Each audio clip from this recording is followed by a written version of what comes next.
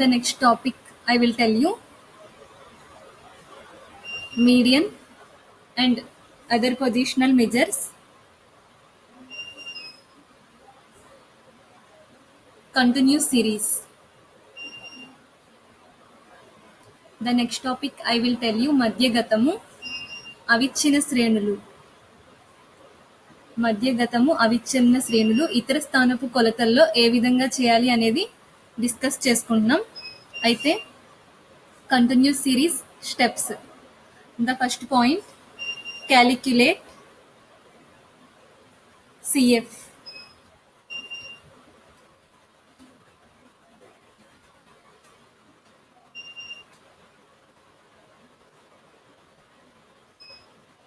The second point,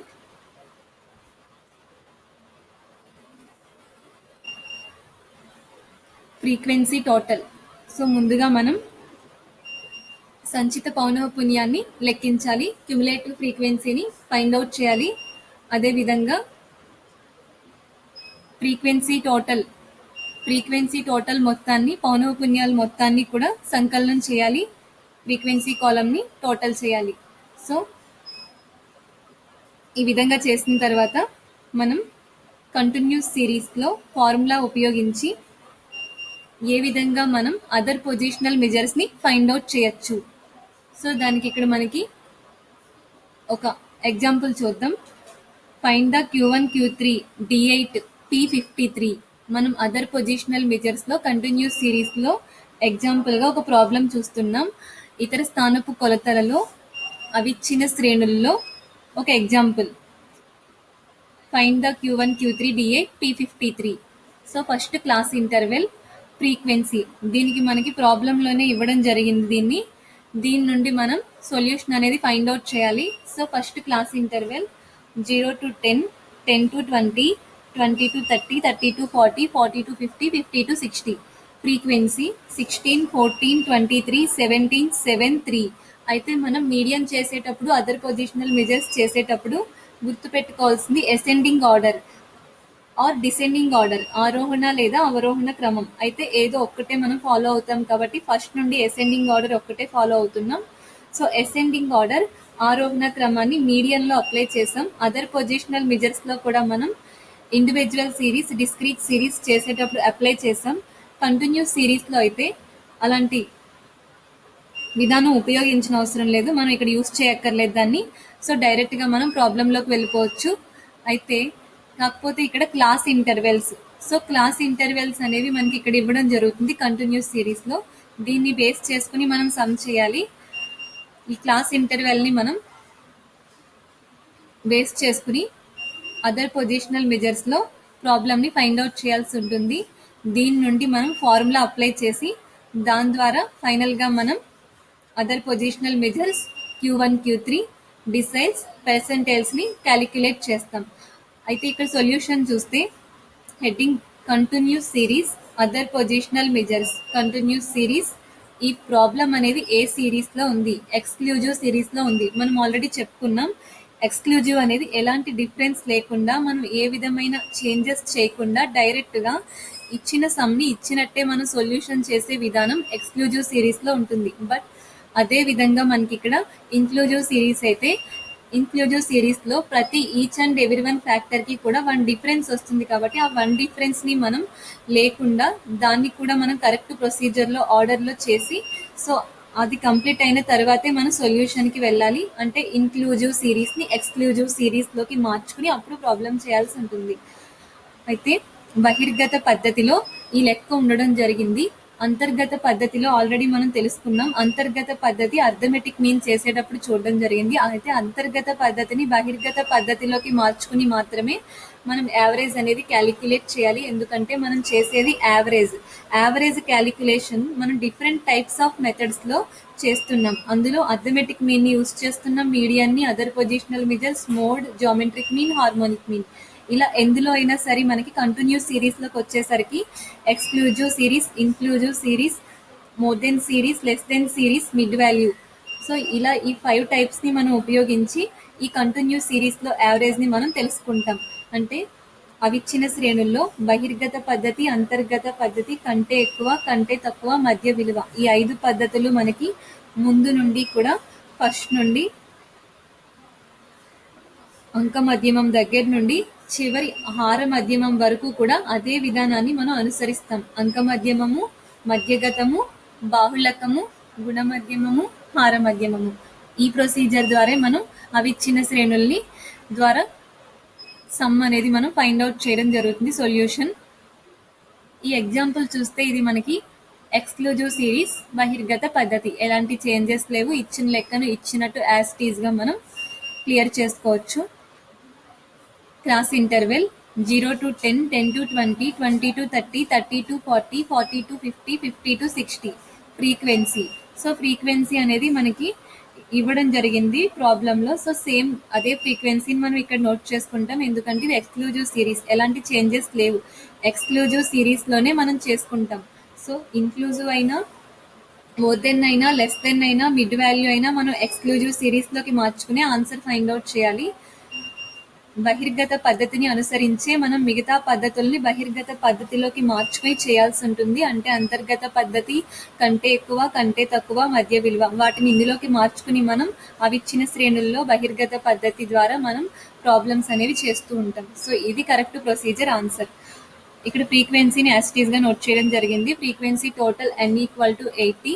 so next cumulative frequency. Cumulative frequency వచ్చేసరికి ఫ్రీక్వెన్సీలో first number 16. ఈ 16ని cumulative ఫ్రీక్వెన్సీలో యాస్టీస్ గా నోట్ చేస్తాం. ఈ 16ని క్రాస్ గా మనం యాడ్ చేస్తే 16 + 14 30, 30 + 23 53, 17 + 53 + 17 70, 70 + 7 77, 77 + 3 80. సో ఈ విధంగా మనం పౌనఃపున్యంలో మొదటి విలువను మనం సంచిత పౌనఃపున్యంలో మొదటి విలువగా ప్రతిక్షేపిస్తాం. ఆ ప్రతిక్షేపించిన 16 మొదటి విలువను మనం పౌనఃపున్యంలో ఉన్న కాలంలో రెండో విలువకు అంటే 14th మనం దాన్ని యాడ్ చేసుకుంటే 30 వచ్చింది. సో అదే విధంగా సంచిత పౌనఃపున్యంలో రెండో విలువ 30ని మనం మళ్ళీ పౌనఃపున్యంలో మూడో విలువ 23కి యాడ్ చేస్తే 53 వచ్చింది. సో ఫస్ట్ వాల్యూని మనం యాజ్ టీజ్ గా ఫ్రీక్వెన్సీ నుండి క్యుములేటివ్ ఫ్రీక్వెన్సీకి ట్రాన్స్ఫర్ చేస్తాం. ఆ ట్రాన్స్ఫర్ చేసిన 16ని మనం మళ్ళీ ఫ్రీక్వెన్సీ కాలంలోకి తీసుకురావాలి. సో ఈ 16ని మనం ఈ 14కి యాడ్ చేసుకున్నప్పుడు 30 అవుతుంది. సో ఇది ఓన్లీ క్యాలిక్యులేషన్ మాత్రమే, ఇక్కడ మెన్షన్ చేయకూడదు. సో క్యాలిక్యులేట్ చేసి డైరెక్ట్ ఆన్సర్ మాత్రమే మనం ఇక్కడ మెన్షన్ చేసుకుంటాం. ఇది రఫ్ వర్క్ గా మాత్రమే చూసుకోవాలి. 30 + 23 53, 53 + 17 70, 70 + 7 77, 77 + 3 80. ఇది ఓన్లీ రఫ్ వర్క్ గా మాత్రమే మనం చేసుకుని ఆన్సర్ మాత్రం క్లారిటీగా చేసుకోవాలి. సో ఫ్రీక్వెన్సీ టోటల్ చేస్తే n = 80. Cumulative frequency last number 77 + 3 కలిపితే 80. సో 77 + 3 80. ఈ 80 ఫ్రీక్వెన్సీ కాలంలో n80 రెండు ఈక్వల్ గా ఉన్నప్పుడు ఈ టేబుల్ ప్రిపరేషన్ రైట్. అదే విధంగా ఈ టేబుల్ ప్రిపరేషన్ అనేది క్యుములేటివ్ ఫ్రీక్వెన్సీ సంచిత పౌనఃపున్యంలో ఉన్న చివరి నెంబర్ 77కి 3 యాడ్ చేస్తే వచ్చిన 80 నెంబర్ను పౌనఃపున్యంలో n = 80 రెండు సరి సమానంగా ఉన్నప్పుడు ఈ ప్రాబ్లం అనేది కరెక్ట్ ప్రొసీజర్లో ఈ టేబుల్ మనం రెడీ చేసినట్టు. నెక్స్ట్ దీని యొక్క ఫార్ములాస్ ని మనం ఉపయోగించి క్వార్టైల్స్, డిసైల్స్, పర్సెంటైల్స్ ని మనం అదర్ పొజిషనల్ మెజర్స్ ప్రకారం క్యాలిక్యులేట్ చేద్దాం. మనకి ఇచ్చిన సూత్రాలను మనం అనుసరించి ఈ క్వార్టైల్స్, డిసైల్స్, పర్సెంటైల్స్, చతుర్థాంశాలు, దశాంశాలు, శతాంశాలను మనం మనకి ఇచ్చిన సూత్రాల ద్వారా లెక్కించి ప్రాబ్లమ్ ని కంప్లీట్ చేయాలి. సో అయితే first quartiles equal to Q1 = n/4 th item. Quartiles అనగా మనం రెండు గుర్తు పెట్టుకోవాలి, Q1 Q3. అడిగినా అడగకపోయినా మనం కంపల్సరీ క్యాలిక్యులేట్ చేస్తాం. Q1 = n/4 th item, Q1 = 80/4 at item. So n value 80 కాబట్టి అక్కడ మనం మెన్షన్ చేసాం, అప్లై చేసాం. సో Q1 = 80/4 20 ఎత్ ఐటమ్. 4 ఈక్వల్ పార్ట్స్ గా డివైడ్ చేసినప్పుడు 20 ఎత్ ఐటమ్ వచ్చింది. So Q1 class equal to దీన్ని మనం టేబుల్లో ఈ ఐటమ్ ని మనం క్యుములేటివ్ ఫ్రీక్వెన్సీలో ఎందులో ఉందో చూసుకుంటే 30లో ఇంక్లూడ్ అయ్యింది. 30కి ఎదురుగా ఫ్రీక్వెన్సీలో 14, ఫ్రీక్వెన్సీ కాలం ఎదురుగా క్లాస్ ఇంటర్వెల్ 10 to 20. ఇది మనకి Q1 అవుతుంది. Next Q1 next Q3. అయితే ఇక్కడ ఇండివిజువల్ సిరీస్, డిస్క్రీట్ సిరీస్లో మనం డైరెక్ట్గా Q1 అవగానే Q3కి వెళ్ళిపోయాం. కానీ ఇక్కడ మనం Q1 క్లాస్ 10 to 20ని మాత్రమే ఫైండ్ అవుట్ చేసాం. కానీ మెయిన్ ఆన్సర్ ఎలా, 10 to 20 మధ్యలో ఆన్సర్ ఎక్కడుంది? సో దీనికోసం మనకి ఒక ఫార్ములా అనేది ఉంటుంది. దాన్ని ఉపయోగించి యూస్ చేసి ఫైనల్ ఆన్సర్ని కూడా ఫైండ్ అవుట్ చేయాలి. ఇక్కడితో Q1 అనేది కంప్లీట్ అవ్వలేదు. ఇప్పుడు మనం కంటిన్యూస్ సిరీస్లో Q1ని ఇక్కడ నుండి ఇంకా కొంచెం మనకి క్యాలిక్యులేషన్ ఎక్కువగానే ఉంటుంది. దానికోసం ఈ న్యూ ఫార్ములాని కూడా మనం యూస్ చేయాలి. Q1 equal to L1 plus L2 minus L1 by F Q1 minus C. So Q1 L1 అనగా మనకి లోయర్ వాల్యూ, మనం సెలెక్ట్ చేసుకున్న ఫ్యాక్టర్లో లోయర్ వాల్యూ L1 10, అదేవిధంగా upper limit 20. So L1 plus 10 plus L2 20 minus L1 10 by frequency. టేబుల్లో frequency Q1 10 to 20 ఎదురుగా ఉన్న frequency 14. So 14th బ్రాకెట్లో Q1 20 minus C అనేది మనం టేబుల్లోకి వెళ్ళి, సో మనం క్యుములేటివ్ ఫ్రీక్వెన్సీలో మనం ఇక్కడ Q1 క్లాస్ని తీసుకోవడం జరిగింది. క్యుములేటివ్ ఫ్రీక్వెన్సీ ఫాలో చేసుకుని మనం దాని ద్వారా 10 to 20ని సెలెక్ట్ చేసుకున్నాం. దీనికి ఎదురుగా మళ్ళీ ఫ్రీక్వెన్సీలోకి రావాలి 14. ఫ్రీక్వెన్సీకి ఆపోజిట్ 16 ఉంటుంది. ఫ్రీక్వెన్సీ 14కి ఆపోజిట్ 16ని మనం క్యుములేటివ్ ఫ్రీక్వెన్సీ అంటే క్యుములేటివ్ ఫ్రీక్వెన్సీలో ఉన్న 16th మనకి ఇక్కడ class preceding other positional measures అవుతుంది. సో ఈ class preceding other positional measures, ఈ C value 16th. So next step 10 plus 20లోంచి మనం 10 లెస్ చేస్తే 10 by 14 into 4. Next step 10 plus 10 into 4 40 by 14. So next 10 plus 40 by 14 2.85. ఈ రెండింటిని యాడ్ చేస్తే Q1 equal to 12.85. So ఈ 12.85 మాత్రమే మనకి మెయిన్ ఆన్సర్ అవుతుంది. ఎందుకంటే ముందు మనం తీసుకున్న 20th ఐటమ్ మాత్రమే, దాని నుండి Q1 క్లాస్ని మనం ఫైండ్ అవుట్ చేసాం. క్లాస్ ఎక్కడుంది మనకి అదర్ పొజిషనల్ మెజర్ 2 వాల్యూస్ మధ్యలో ఉంది. సో దానికోసం ఈ న్యూ ఫార్ములా యూస్ చేసాం. న్యూ ఫార్ములా క్యాలిక్యులేషన్ చేసి ఈ Q1 ఆన్సర్ని మనం ఫైండ్ అవుట్ చేసాం. అయితే ఇప్పుడు L1 అంటే లోయర్ లిమిట్, L2 అంటే అప్పర్ లిమిట్, క్లాస్ ఇంటర్వెల్ ఫ్యాక్టర్లో ఉంది. సో దాని ఎదురుగా ఫ్రీక్వెన్సీని తీసుకున్నాం. సో అలాగే Q1 అనేది మనం ఐటమ్ని ముందే సెలెక్ట్ చేసుకున్నాం. Q1 equal to 20th item. C అనేది class preceding other positional measures. ఇది టేబుల్లో మనం ఏదైతే Q1 క్లాస్ తీసుకున్నామో దాని ఎదురుగా ఉన్న ఫ్రీక్వెన్సీ కాలంలో ఉన్న ఫ్రీక్వెన్సీ 14th. ఆ 14th ఎదురుగా ఉన్న క్యుములేటివ్ ఫ్రీక్వెన్సీ 30. దాని పైన ఉన్న 16th మనకి ఇక్కడ class preceding other positional measures. ఈ 16th తీసుకొచ్చి మనం అక్కడ అప్లై చేస్తాం. ఈ విధంగానే మనం ఫాలో అవ్వాల్సి ఉంటుంది. వేరే ఏ ఎగ్జాంపుల్ ఇచ్చినా కూడా ఇలాగే చేయాల్సి ఉంటుంది. సో నెక్స్ట్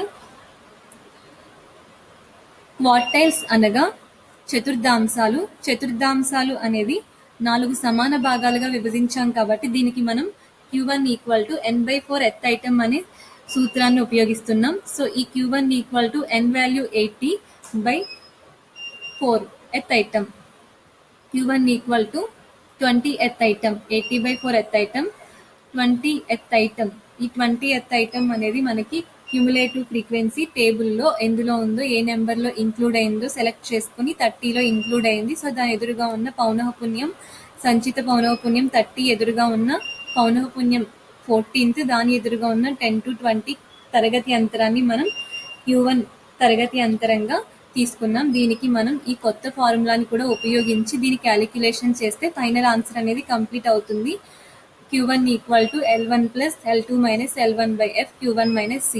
సో ఈ ఫార్ములా ద్వారా మనం దీన్ని క్యాలిక్యులేషన్ చేయాలి. L1 వచ్చేసరికి మనకి టేబుల్లో ఏదైతే మనం సెలెక్ట్ చేసుకున్నామో Q1 క్లాస్, అందులో lower limit 10, so upper limit 20, L1 L2, frequency 14th, దాని ఎదురుగా ఉన్న 30, ఆ 30 పైన ఉన్న 16th క్లాస్ ప్రిసీడింగ్ అవుతుంది. సో దాన్ని మనం C వాల్యూగా తీసుకోవడం జరిగింది.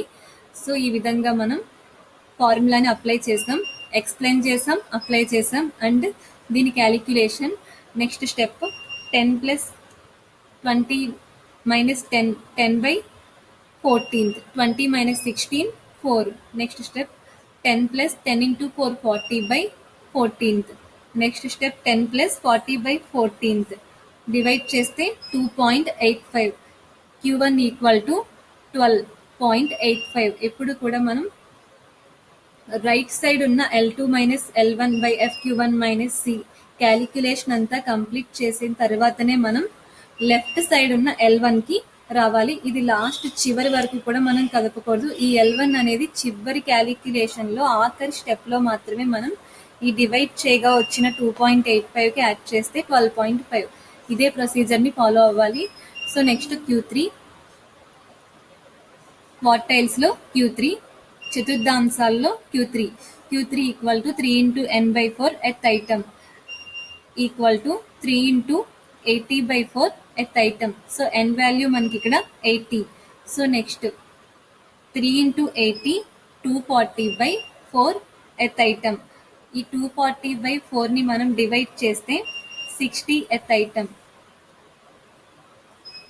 ఇక్కడ మనకి n వాల్యూ 80 కాబట్టి డైరెక్ట్గా ఫార్ములాలో మెన్షన్ చేసేసాం. క్యాలిక్యులేషన్ 60 ఎత్ ఐటమ్ దాకా మనకి ఈజీగా ప్రొసీజర్ వెళ్ళిపోతుంది. అయితే దీని నెక్స్ట్ ఈ 60 ఎత్ ఐటమ్ని మనం Q3 క్లాస్ని ఫైండ్ అవుట్ చేయాలి. టేబుల్లోకి వెళ్ళి Q3 క్లాస్ ఈ 60 ఎత్ ఐటమ్ క్యుములేటివ్ ఫ్రీక్వెన్సీ సంచిత పౌనః పున్యంలో ఎందులో ఉందో సెలెక్ట్ చేసుకోవాలి. 60 ఎత్ ఐటమ్ 70లో ఉంది. 70 ఎదురుగా మనకి ఫ్రీక్వెన్సీ 17, క్లాస్ ఇంటర్వెల్ 30 to 40, తరగతి అంతరం Q3 తరగతి అంతరం 30 to 40. ఈ 30 to 40ని బేస్ చేసుకుని మనం మిగతా ప్రొసీజర్ కంప్లీట్ చేయాలి. Therefore Q3 equal to L1 plus L2 minus L1 by F Q minus C. So L1 equal to 30 plus L2 equal to L1 30, L2 upper limit 40 minus L1 30 by frequency టేబుల్లో observe చేస్తే ఒకసారి మనం L1 30, L2 40, frequency దాని ఎదురుగా 17. So దాని ఎదురుగా ఉన్న cumulative frequency సంచిత పౌనః పున్యం, దాని పైన ఉన్న 53 class preceding other positional measures. దీన్ని మనం ఫార్ములాలో అప్లై చేసుకుంటే 30 ప్లస్ 40 మైనస్ 30 by 17, 60 మైనస్ 53గా మనం నోట్ చేయడం జరిగింది. ఇలా అప్లై చేసిన తర్వాత దీని క్యాన్సిలేషన్ నెక్స్ట్ స్టెప్లో చూద్దాం. Equal to 30 plus 40 minus 30, 10 by 17 into 60 minus 53, 7. Next step 30 plus 70, 10 into 7, 70 by 17. 10 7 జర్ 70 by 17. So ఇది డివైడ్ చేయగా మనం 34.11. అయితే ఇక్కడ 70 by 17 చేస్తే మనకి 4.11 వచ్చింది. ఈ 4.11కి మనం చివర్లో కలపాల్సిన L1ని యాడ్ చేసాం. ఆ L1 వాల్యూ 30. 4.11 డివైడ్ చేయగా భాగించగా వచ్చిన విలువ 30ని కలిపితే Q3 ఈక్వల్ టు 34.11. ఈ విధంగా మనం ఇతర స్థానపు కొలతలు అదర్ పొజిషనల్ మెజర్స్లో అవి ఇచ్చిన శ్రేణుల్లో చతుర్థాంశాలను కనుక్కోవడం జరిగింది. నెక్స్ట్ క్వార్టైల్స్ కంప్లీట్ చేసాం. నెక్స్ట్ డిసైల్స్ అనేది మనకి ఇక్కడ లెక్కలో ఏదైతే అడిగాడో ప్రాబ్లంలో దాన్ని మాత్రం క్యాలిక్యులేట్ చేస్తే సరిపోతుంది. D1 to D9 వరకు అవసరం లేదు. అందులో ఏ నెంబర్ అయితే మనల్ని తీసుకోమన్నాడో కీ పాయింట్గా దాన్ని బేస్ చేసుకుని మనం ప్రాబ్లం చేయాలి. D8 ఒకటి క్యాలిక్యులేట్ చేయమన్నాడు. ఇక్కడ D8 equal to 8 into n by 10 formula. D8 equal to 8 into n value 80 ఇక్కడ నేను అప్లై చేస్తే 8 into 80 by 10. So next D8 equal to 64. So 640 by 10, 64 మనకి D8 ఆన్సర్. సో ఈ D8 64 అనేది ఎత్ ఐటమ్ మాత్రమే. దీనికి మనం మళ్ళీ D8 క్లాస్ని, D8 తరగతి అంతరాన్ని కూడా మనం కనుక్కోవాలి. ఇది టేబుల్లోకి వెళ్తే ఎందులో ఉంది 64 అనేది సంచిత పౌనఃపున్యం క్యుములేటివ్ ఫ్రీక్వెన్సీలో కనిపిస్తుంది. సో D8 64 మనకి ఇక్కడ 70లో ఉంది. దీని క్లాస్ ఇంటర్వెల్ 30 to 40, తరగతి అంతరం. దీని పౌనఃపున్యం ఫ్రీక్వెన్సీ 17, దీని క్లాస్ ప్రిసీడింగ్ 17 ఎదురుగా ఉన్న 70, దాని పైన ఉన్న 53, దీని క్లాస్ ప్రిసీడింగ్ అవుతుంది మనకి. ఈ విధంగా మనం D8ని ఫార్ములా ప్రకారం అప్లై చేసాం. ఇలా అప్లై చేశాక cancellation 30 plus 40 minus 30 10/17, 64 minus 53 17, 10 into 17. Next step 30 plus 10 into 17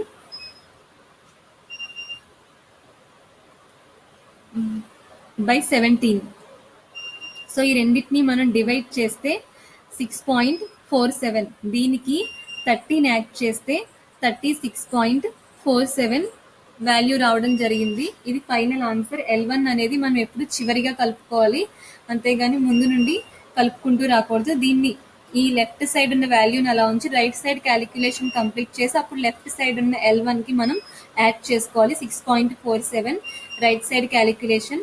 so దానికి లెఫ్ట్ సైడ్ ఉన్న L1కి మనం 30కి యాడ్ చేసుకుంటే ఫైనల్ ఆన్సర్ 36.47. ఈ విధంగా D8ని మనం క్యాలిక్యులేట్ చేయడం జరిగింది. నెక్స్ట్ P53 అడిగాడు. ఈ P53ని మనం 53 into n/100 ఎత్ ఐటమ్. సో 53 into 80/100 ఎత్ ఐటమ్. n వాల్యూ 80 కాబట్టి 53 into 80 చేస్తే 4240/100 ఎత్ ఐటమ్. అయితే దీని క్యాన్సిలేషన్ చేసిన తర్వాత మనకి 0 క్యాన్సిల్ చేసుకుంటే 424/10 ఎత్ ఐటమ్. సో ఇది క్యాన్సిల్ అయిపోయిన తర్వాత నెక్స్ట్ స్టెప్ 42.4 ఎత్ ఐటమ్. ఈ 42.4 ఎత్ ఐటమ్ ఫైనల్ ఆన్సర్ అవ్వదు. దీన్ని మనం టేబుల్లోకి వెళ్ళి టేబుల్లో సెలెక్ట్ చేసుకోవాలి.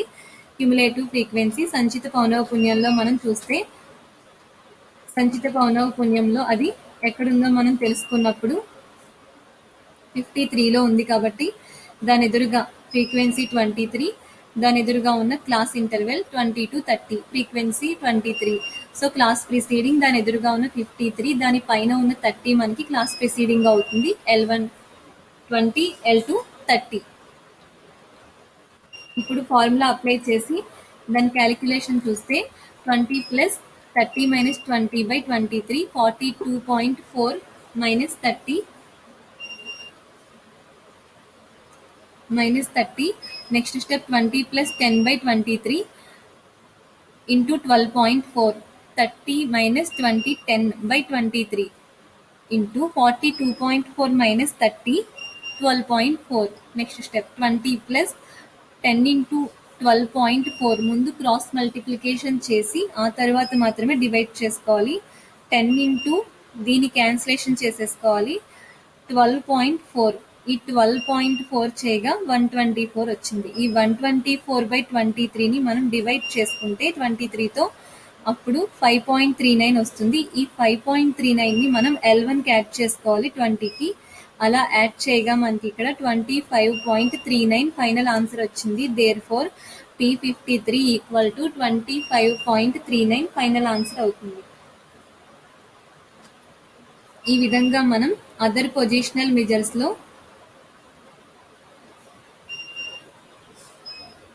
దశాంశాలు, చతుర్థాంశాలు, శతాంశాలు రిపీటెడ్. చతుర్థాంశాలు, దశాంశాలు, శతాంశాలు. ఫస్ట్ క్వార్టైల్స్ చతుర్థాంశాలు, డిసైల్స్ శతాంశ, పర్సెంటైల్స్ శతాంశాలు, డిసైల్స్ దశాంశాలను లెక్కించడం జరిగింది. Repeated once other positional measures. ఇతర స్థానపు కొలతల్లో మనం మధ్యగతం వలె దీన్ని కూడా సగటు లెక్కించడానికి ఉపయోగించాం. ఆ సగటు లెక్కించే విధానంలో మనకి ఈ అదర్ పొజిషనల్ మెజర్స్ ఇతర స్థానపు కొలతల్లో చతుర్థాంశాలు, దశాంశాలు, శతాంశాలను ఉపయోగించాం. అంటే మనం యావరేజ్ క్యాలిక్యులేట్ చేయడం కోసం AM అర్థమెటిక్ మీన్ వలె మీడియన్లో సెకండ్ పార్ట్ అయిన అదర్ పొజిషనల్ మెజర్స్ని యూజ్ చేసి దానిలో మనం క్వార్టైల్స్, డిసైల్స్, పర్సెంటైల్స్ని యూజ్ చేసి ఫైనల్ క్యాలిక్యులేషన్ అనేది చేయడం జరిగింది. సో ఈ విధంగా కూడా మనం యావరేజ్ అనేది క్యాలిక్యులేట్ చేయొచ్చు.